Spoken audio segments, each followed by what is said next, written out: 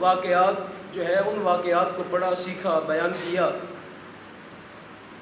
کہ جب نبی علیہ السلام نے اپنی مبارک زندگی کے آخری ایام میں آپ نے جنگ موتا کے لیے حضرت زید بن حارثہ رضی اللہ تعالیٰ عنہ رضی اللہ تعالیٰ عنہما، کیونکہ یہ باپ اور بیٹا دونوں ہی مسلمان ہیں الحمدللہ، سرکار کے متبنہ ہیں، یہ ان کے والد گرامی بھی مسلمان ہو گئے تھے الحمدللہ۔ تو نبی علیہ السلام کے منہ بولے بیٹے ہیں، سرکار دو جہاں نے ان کو روانہ فرمایا رومیوں کے مقابلے کے اندر۔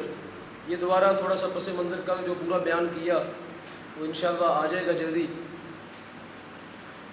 تو نبی علیہ السلام نے ان کو روانہ فرمایا، جو نبی علیہ السلام کے مبارک صحابی جو آپ کے قاصد اور سفیر بن کے گئے تھے حاکم بصرہ کی طرف۔ نبی علیہ السلام نے رومیوں کی طرف اپنا قاصد بھیجا، اپنا نامہ مبارک دے کے کہ جاؤ ان کو اسلام کی دعوت دو۔ تو حضرت حارث بن عمیر الازدی، حضرت حارث بن عمیر الازدی، کل یہ پوری تفصیل آپ کے سامنے بیان کی کہ نبی علیہ السلام کا مبارک جو ہے وہ خط مبارک لے کے تو یہ تشریف لے گئے اور راستے کے اندر ان کو شہید کر دیا گیا۔ اب جب نبی علیہ السلام تک یہ خبر پہنچی تو نبی علیہ السلام نے حضرت زید بن حارثہ کی قیادت و سیادت کے اندر آپ نے ایک لشکر روانہ فرمایا جس کی تعداد تقریباً 3000 تھی، اور جو رومی تھے مقابلے کے اندر وہ 1 لاکھ تھے، اور جو حاکم بلقا تھا اس کے لشکر کی تعداد ہزاروں میں تھی، یعنی مراد ہے کہ 1 لاکھ اور کئی ہزار ایک طرف، اور نبی علیہ السلام کے جو مبارک صحابی ہیں وہ کتنے؟ 3000 کے قریب۔ تو اب جو ہے وہ جنگ ہوئی۔ سرکار دو جہاں نے پہلے ہی خبر دے دی تھی کیا حضرت زید بن حارثہ اگر شہید ہو جائیں تو پھر حضرت جعفر بن ابی طالب رضی اللہ تعالیٰ عنہ وہ اس کے سپہ سالار ہوں گے، وہ بھی شہید ہو جائیں تو پھر حضرت عبداللہ ابن رواحہ رضی اللہ تعالیٰ عنہ جو سرکار کے شاعر بھی ہیں، شاعر رسول ہیں، دربار پاک کے گئے ہیں، شاعر بھی ہیں، نبی علیہ السلام کی نعت لکھا بھی کرتے تھے اور نعت پڑھا بھی کرتے تھے، نعت گو شاعر ہے۔ کل ساری یہاں پہ بات کی تھی کہ آج کے نعت خواں اور کل کے نعت خواں میں کیا فرق تھا۔ تو نبی علیہ السلام کے جو سچے شاعر نعت خواں تھے وہ تو میدان کارزار کے سپاہی بھی تھے، وہ تو مرد میدان بھی ہوا کرتے تھے۔ آج کے نعت خوانوں کی طرح محض وہ پیسہ اکٹھا کرنا اور تعیش والی زندگی گزارنا ان کا مطمع نظر بس یہی نہیں تھا، بلکہ وہ ناموس رسالت اور ختم نبوت کے کیا تھے؟ مجاہد بھی تھے۔ اور آج کے نعت خوانوں کو بھی ان کے جو ہے وہ اسوہ مبارکہ کے اوپر چلنا چاہیے تاکہ ہم اسلام کی سچی تعلیمات کے ساتھ جو ہے وہ متصف ہو سکیں اور ہم کامل اسلام میں داخل ہو سکیں۔ یہ نہیں کہ اپنی مرضی کا جو اسلام ہے وہ بندہ لے لے اور جس کے اندر مشقت ہو بندہ اس راستے کو چھوڑ دے، ایسا نہیں ہونا چاہیے۔ قرآن کہتا ہے یا ایھا الذین آمنوا ادخلوا فی السلم کافہ، پورے کے پورے کیا ہو جاؤ اسلام میں داخل ہو جاؤ۔ تو یہ غزوہ موتا جو ہے اس کے اندر پھر وہ تینوں سپہ سالار سرکار دو جہاں کے وہ شہید کر دیے گئے، اور پھر حضرت خالد بن ولید رضی اللہ تعالیٰ عنہ نے وہ کمان سنبھالی، وہ سپہ سالار جو ہے بن گئے، اور پھر انہوں نے بڑی کمال مہارت کے ساتھ رومیوں کا مقابلہ کیا اور ان کے کتنے ہی افراد کو جو ہے واسط جہنم کیا، اور پھر بڑی تدبیر کے ساتھ، چونکہ ان کی تعداد تھوڑی تھی اور کافروں کی تعداد عیسائیوں کی تعداد کیا تھی؟ بہت زیادہ تھی، ان کی تعداد لاکھوں میں تھی اور ادھر جو ہے محض وہ 3000 کے قریب تھے۔ تو بڑی ان نے تدبیر کے ساتھ جو ہے وہ لشکر کو بچایا اور لشکر کو جو ہے بچا کے واپس مدینہ طیبہ کے اندر لے آئے۔ اور اس جنگ کے اندر حضرت خالد بن ولید کی کتنی تلواریں ٹوٹی؟ 9 تلواریں، کل آپ کو بیان کیا تھا سارا۔ ان کی لڑتے لڑتے 9 تلواریں جو ہیں اس میدان کارزار کے اندر ٹوٹی۔ جب واپس آئے تو سرکار دو عالم نے ان کو کیا خطاب دیا؟ سیف اللہ، کیا خطاب دیا نبی علیہ السلام نے ان کو؟ اب یہ بخاری شریف میرے پاس موجود ہے اور اس کے اندر غزوہ موتا کی چند جو ہے وہ باتیں اس کے اندر موجود ہیں۔ یہ پہلی حدیث پاک میں آپ کے سامنے پڑھتا ہوں، کتاب المغازی ہے، یہ کتاب المغازی ہے، بخاری شریف ہے کتاب المغازی۔ اس کے اندر ان باتوں کو پڑھنے کے ساتھ جو ہے وہ نبی علیہ السلام کی امت کے اندر کیا جو ہے وہ چیز آنی چاہیے جب آپ پڑھیں گے تو آپ کو خود سمجھ آ جائے گی کہ سرکار دو جہاں کے اصحاب کیسے تھے، کن ہاتھوں کے اندر اسلام پلا بڑا جوان ہوا اور پھر ہم تک منتقل ہوا، وہ ہاتھ کیسے تھے، وہ دل کیسے تھے، وہ زبانیں، وہ دہن کیسے تھے، اور وہ ان کے جہاد کے جذبے کیسے تھے۔ جی آپ حدیثیں پڑھیں گے تو آپ کو سمجھ آ جائے گا کہ نبی علیہ السلام کے اصحاب جو رسول کریم علیہ السلام کی مائیت اور آپ کی صحابت کے لیے، صحابیت کے لیے جن کو پروردگار نے منتخب کیا، وہ کتنے برگزیدہ اور کتنے مبارک لوگ تھے۔ اور آج اگر ہماری زندگیوں کے ساتھ جو ہے وہ موازنہ کیا جائے، ہم اپنی زندگیوں کا موازنہ کریں ان کے ساتھ، تو ہمیں شاید اپنے اندر دور دور تک بھی اسلام کی کوئی چیز نظر نہیں آتی۔ آپ پڑھیے یہ باب کتاب المغازی کہ حضرت زید بن حارثہ جو سرکار دو عالم کے کیا ہیں، متبنہ ہیں، آپ کے منہ بولے بیٹے ہیں، اور جن کے پس منظر کے اندر یہ وہی آیا ہے کریمہ نازل ہوئی، اس کی پوری تفصیل ہم نے بیان کر دی ہے، وہ کسی لیکچر کے اندر آپ سماعت کر سکتے ہیں۔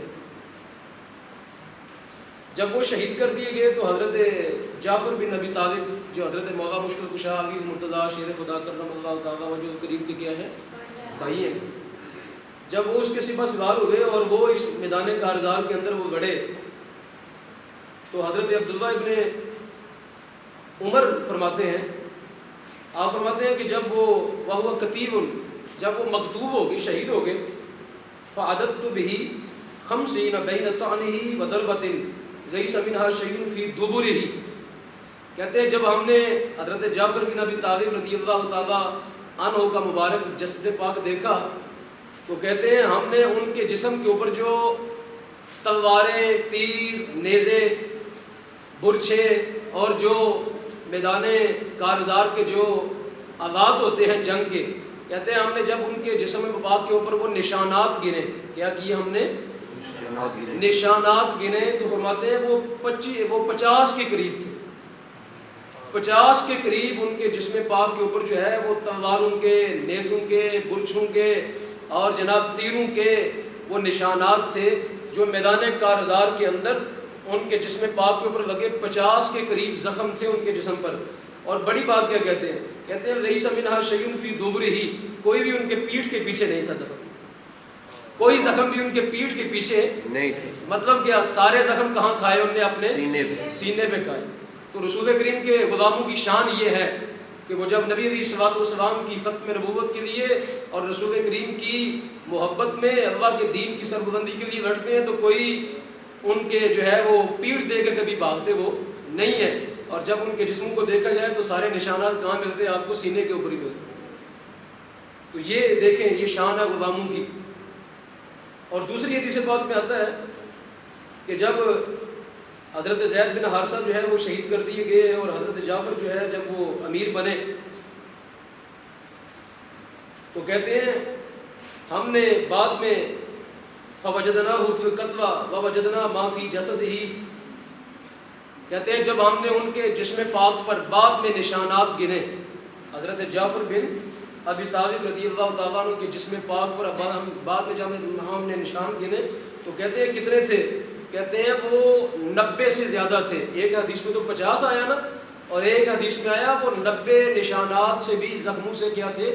زیادہ نشانات تھے، اور کوئی بھی ان کی پیٹھ کے اوپر نہیں۔ تو سامعین محترم، یہ آپ اندازہ کر لیں کہ نبی کریم علیہ السلام کے جو اصحاب ہیں وہ دین کی سربلندی کے لیے کس قدر جو ہے وہ جذبہ جہاد سے کیا تھے؟ جذبہ جہاد سے بھرپور تھے، اور جذبہ جہاد سے وہ کس قدر لبریز تھے، اور وہ اللہ کے دین کے لیے لڑنا کس قدر اپنے لیے باعث سعادت مندی جانتے تھے۔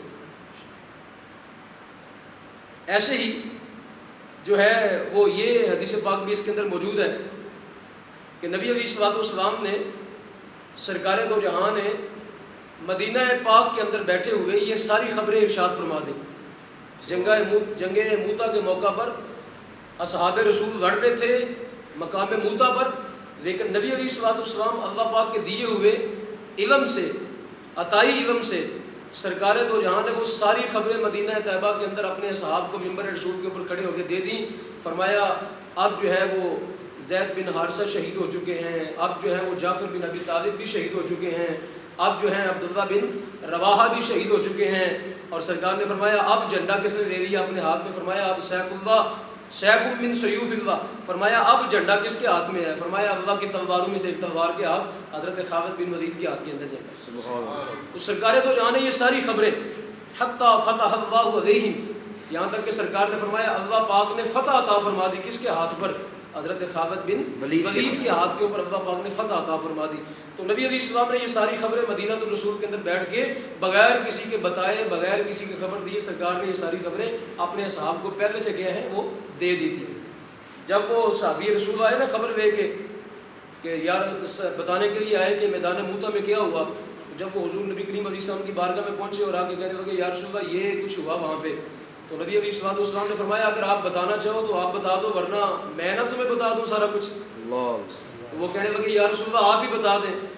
تو نبی علیہ السلام نے جب وہ سارے واقعات بتائے تو وہ کہنے لگے اللہ کی عزت کی قسم یا رسول اللہ آپ نے ایک حرف بھی باقی نہیں چھوڑا، سبحان اللہ، آپ نے حرف بحرف ہر چیز کو کیا کر دیا؟ بیان کر دی۔ تو سامعین محترم یہ جو ہے نا یہ درمیان میں آپ کو بتانا یہ مقصود تھا کہ رسول کریم کے غلاموں کی شان یہ ہے کہ جب دین کی سربلندی کی بات آ جائے تو وہ اپنے جسموں پہ زخم لگوانا یہ باعث سعادت کیا کرتے ہیں؟ جانتے ہیں۔ اور رسول کریم کی ختم نبوت تو یہ تو مسئلہ ہی بڑا ہے، یہ تو مسئلہ ہی بہت بڑا ہے۔ یہ جنگ موتا جو ہے وہ کس پس منظر میں ہوئی؟ یہ جنگ موتا جو ہے اس پس منظر میں ہوئی کہ سرکار دو عالم کے ایک قاصد کو شہید کیا گیا، سرکار دو عالم کے ایک سفیر کو سفیر رسول کو شہید کیا گیا۔ تو سرکار دو عالم نے ان کا بدلہ لینے کے لیے 3 جو ہیں وہ عظیم اسلام کے سپہ سالار اور 3 جو ہیں اصحاب رسول اور اس کے سوا بھی بہت سے صحابہ جو ہے وہ شہید ہو گئے اپنے ایک مسلمان بھائی کا بدلہ لینے کے لیے، اللہ کے دین کی سربلندی کے لیے۔ تو آپ اندازہ کریں ختم نبوت کتنا اہم موضوع ہے، بے شک ختم نبوت کتنا اہم موضوع ہے، اور نبی علیہ السلام کتنے خوش ہوتے ہوں گے جب یہ والا جو ہے کام اگر کوئی بندہ اس کام پہ اگر کوئی بندہ اپنی جان دے دے اور رسول کریم علیہ الصلوۃ والسلام کی ختم نبوت کے تحفظ کے لیے اپنی جانوں کے نذرانے کو بندہ پیش کرے تو حضور نبی کریم علیہ السلام کتنے خوش ہوتے ہوں گے۔ اچھا یہ لشکر جو ہے وہ روانہ ہوا، اس کا سارا روداد آپ کے سامنے عرض کر دی۔ اب کیا ہوا؟ اب ہم یہاں سے آج اپنی بات کا آغاز کر رہے ہیں کہ نبی کریم علیہ الصلوۃ والسلام نے اپنی مبارک زندگی کے آخری ایام میں سفر کے مہینہ کے اندر فرمایا ایک لشکر تیار کیا جائے۔ جب رسول کریم علیہ الصلوۃ والسلام کی مبارک زندگی سے 2 دن پہلے یہ لشکر تیار ہوا، مقام جرف کے اوپر یہ اکٹھے ہو گئے سارے اصحاب رسول، اور سرکار دو جہاں نے امیر منتخب کیا۔ سرکار نے امیر اس کا نامزد کیا کس کو؟ حضرت اسامہ بن زید، حضرت اسامہ بن زید رضی اللہ تعالی عنہما، جن کے والد گرامی جنگ موتا کے موقع پر کیا ہوئے؟ شہید کر دیے گئے۔ یہ بھی 17-18 سال کے نوجوان تھے، تو ان کو جو ہے وہ امیر منتخب کیا، سرکار نے نامزد فرمایا ان کو۔ اب جو ہے وہ بہت سے اصحاب رسول کے دل کے اندر یہ بات آئی کہ یہ 17-18 سالہ نوجوان جو ہے وہ لشکر کا امیر جو ہے وہ نامزد کر دیا گیا، اس سے بہتر اور بڑی عمر کے اصحاب رسول موجود ہیں، بڑے تجربہ کار موجود ہیں، بڑی جو ضرب و حرب کے بڑے ماہر لوگ ہیں، جو سابقہ اسلام کے آغاز سے لے کے اب تک جنگیں لڑتے آ رہے ہیں۔ اگر ان میں سے کسی کو امیر بنایا جاتا تو شاید یہ کیا ہوتا؟ بہتر ہوتا۔ بات آئی ذہن کے اندر، رسول کریم علیہ السلام کی بارگاہ تک یہ بات پہنچی تو نبی علیہ السلام، یہ بخاری شریف کے اندر یہ بھی حدیث موجود ہے، نبی علیہ السلام نے فرمایا کہ اے لوگو، اس سے پہلے تم اس کے باپ کی قیادت پر بھی کیا کر چکے ہو؟ سوالات اٹھا چکے ہو۔ جب ان کو سرکار نے امیر بنا کے بھیجا نا تو اس وقت بھی کئی لوگوں کے ذہن کے اندر یہ بات آئی کہ بڑے بڑے قریشی، بڑے بڑے حسب و نسب والے لوگ جو ہیں وہ نیچے زیر طاعت ان کے ماتحت ہیں، اور یہ کیا ہے؟ ایک غلام زادے ہیں، یہ کیا ہے؟ ایک غلام زادے ہیں، تو ان کو سرکار دو عالم نے امیر بنا دیا۔ اس وقت بھی کئی لوگوں کے ذہن میں سوال آئے تو نبی علیہ الصلوۃ والسلام نے ان کو بھی فرمایا، سرکار نے فرمایا اس سے پہلے تم ان کے باپ کے اوپر بھی سوالات اٹھا چکے ہو، فرمایا حالانکہ انہوں نے اپنی قیادت کا حق ادا کیا، اور سرکار دو عالم نے فرمایا وہ اللہ کے رسول کے نزدیک تم میں سے سب سے محبوب ہے اللہ کے رسول کو، حضرت زید بن حارثہ کے بارے میں، اور فرمایا ان کے بعد ان کا بیٹا نبی علیہ السلام کی بارگاہ میں سب سے محبوب ترین ہے، سبحان اللہ۔ تو سرکار دو عالم نے فرمایا ان کو امیر کا یعنی ان کو امیر بنانے کا پس منظر کیا تھا؟ پس منظر یہ تھا کہ چونکہ ان کے والد گرامی کیا ہوا اسی مقام پر رومیوں سے لڑتے ہوئے کیا ہوئے شہید ہوئے، تو اب جو بیٹا اپنے باپ کا درد محسوس کر سکتا ہے وہ دوسرا کوئی کر سکتا ہے؟ نہیں کر سکتا۔ ان کو امیر بنانے کی وجہ یہ تھی جتنا یہ بے جگری کے ساتھ، جتنا یہ جگری جو ہے لڑیں گے، جتنا یہ طاقت کے ساتھ اور پورے اپنے باپ کا انتقام لینے کے لیے جس قدر یہ جوش و جذبے کے ساتھ لڑیں گے شاید دوسرا کوئی نہیں لڑے گا۔ تو اس لیے سرکار نے ان کو امیر نامزد کیا تاکہ ان کی دل جوئی بھی ہو جائے، ان کی کیا ہو جائے؟ دل جوئی بھی ہو جائے۔ تو بہرحال نبی علیہ الصلوۃ والسلام نے یہ ارشاد فرمایا۔ اب جو ہے رسول کریم علیہ السلام، یہ لشکر ابھی مقام جرف پر موجود تھا، تو نبی علیہ السلام کا کیا ہوگا؟ وصال با کمال ہو گیا، سرکار دو جہاں کا کیا ہو گیا؟ وصال با کمال ہو گیا۔ اب صحابہ کرام کے اوپر ایک اور طرح کی قیامت ہی ٹوٹ پڑی۔ اب دیوانہ وار کو گلیوں میں پھر رہے ہیں اور کہہ رہے ہیں جس نے یہ کہا کہ رسول کریم وفات پا گئے تو میں اس کی گردن ہی کیا کروں گا؟ تن سے جدا کر دوں گا۔ بڑے بڑے اولو العزم صحابہ، بڑے بڑے جری، بڑے بڑے شجیع اور بڑے بڑے نامور لوگ جو ہیں وہ رسول کریم علیہ السلام کی وفات کے اوپر دیوانہ وار گلیوں کے اندر تلواریں لے کے گھوم رہے تھے، اور کوئی اس بات کو ماننے کے لیے جذب و عشق و مستی کے اندر جو ہے وہ تیار نہیں تھا۔